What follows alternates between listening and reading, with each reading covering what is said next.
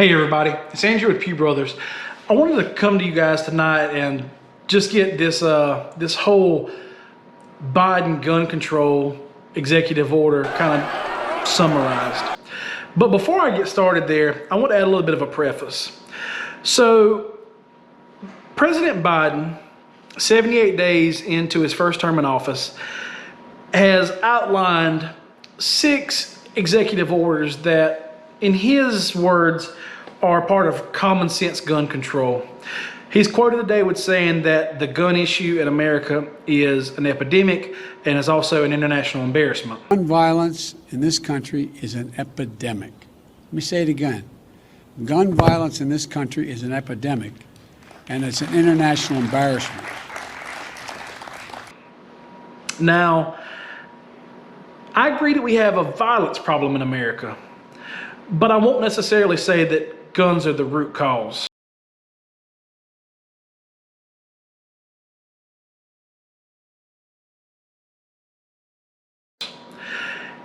We have free will as Americans, as humans, as individuals. And if we want to get an objective accomplished, if we have enough determination, we'll get it done. It's always been that way. Cain slew Abel. He didn't have a Glock or an AR, he got the job done. That mindset has transcended throughout the generations, and it's still as prevalent today as it's ever been. So,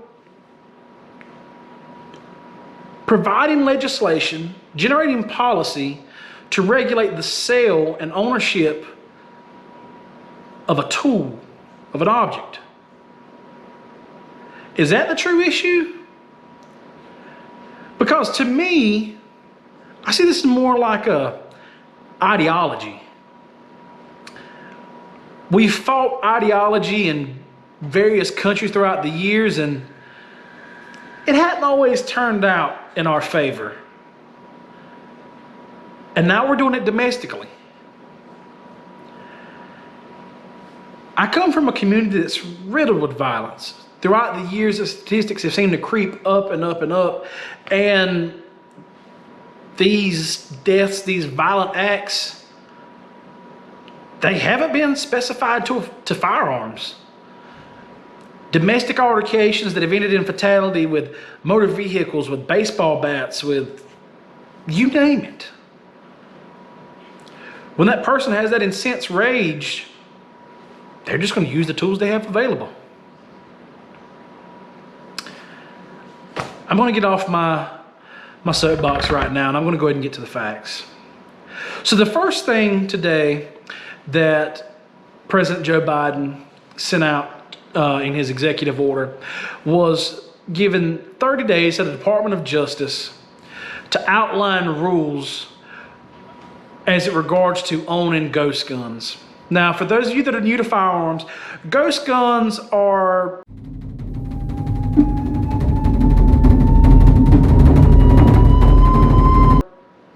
guns without serial numbers, and right now are legal. These guns are not finished products. They're finished off at home, or you can take them to a gunsmith and get these things finished. And as long as you continue to use them for personal use and don't engage in commerce with them, they're totally legal. He wants those to be serialized. He wants to be able to track these parts. Even though you guys in the niche of P80s know that the parts are interchangeable and customizable, and it's pretty much like a blank canvas that you move barrels and compensators and slides, what have you, quite regularly. The same is to be said with the AR platforms. A lot of 80% lowers have gone out throughout the years, and individuals have manufactured them at home.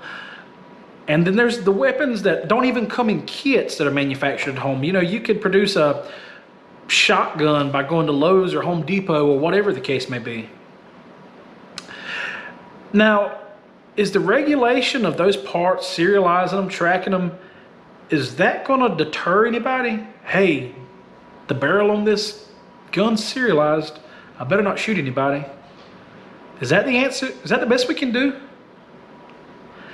I'm still struggling to find that common sense. And I know thus far I've talked about President Biden, but I want to put a pause right here. Those of you that are Trump supporters, He didn't have a clean slate either. If you remember 2018, he issued directives targeted at bump stock. So this isn't targeted towards any political party. I'm speaking to Democrats, Republicans, conservative, liberals, unassociated, affiliated, identified, the list goes on and on. I can't keep up with y'all, but y'all folks, Yenses, this is going to impact all of us. This is opening a door for American firearms presidents that I'm not sure we'll ever be able to close. Let's move on to the second point. President Biden has given the Department of Justice 60 days to address rules outlining the use of braces as it pertains to use on firearms and their possible classification as a short-barreled rifle. Now, those of us that are familiar with the gun scene, we know that these braces that were initially founded, I think SIG led the charge on that, to be used to help disabled people utilize rifle caliber pistols by adding a brace. We've been back and forth on this. Can they be shouldered? Can they not be shouldered? Well, now it's up on the chopping block. In 60 days or less, we'll have the answer on this. This has been reignited by the shooting in Boulder, where it's my understanding that I'm not going to get into speculation. If anybody out there can answer this, please comment below. I've read a couple news articles that said that the reason for regulation behind braces as it pertains to pistols, categorizing them further as rifles, is because the brace increases the lethality. I'm no physics major,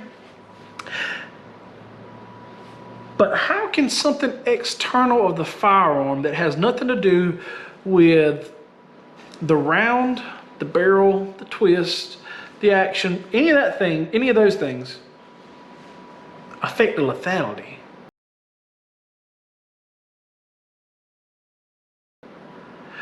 Y'all got assault pistol braces?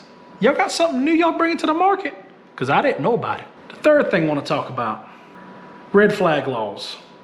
This has been a touchy subject, like all of these things have. I mean, this isn't the first time gun guys and girls have seen this. This isn't the first time that it's came by and there's been an epiphany of, oh, you want to ban braces. Huh. We've been to this rodeo before. Red flag laws, for those of you guys who aren't familiar with it, it gives the ability for family members and for law enforcement to petition courts to restrict for some duration the ownership and the just ability to possess firearms by a said individual for mental or other reasons. And President Biden has directed the Department of Justice to create a template that addresses states' concerns as it pertains to red flag laws. This is a loophole. This is a slippery slope. I want all of you out there to understand something. This isn't about political party. This isn't about political agenda. This is about founding documents of this country coming up under the auspice as, in my opinion, none of us have seen before. I know some of you were around for the Clinton stuff and you've seen the transformation of gun laws as it's progressed throughout the years, but I think this is a pretty brazen step in the progression of Second Amendment. And I don't know where we go from here. It's very obvious that this has been a deliberated set topics. I think there's more to come. Again, we're 78 days into President Biden's presidency, and we all know about the historic 100 days as to what's going to happen for the remainder of the term.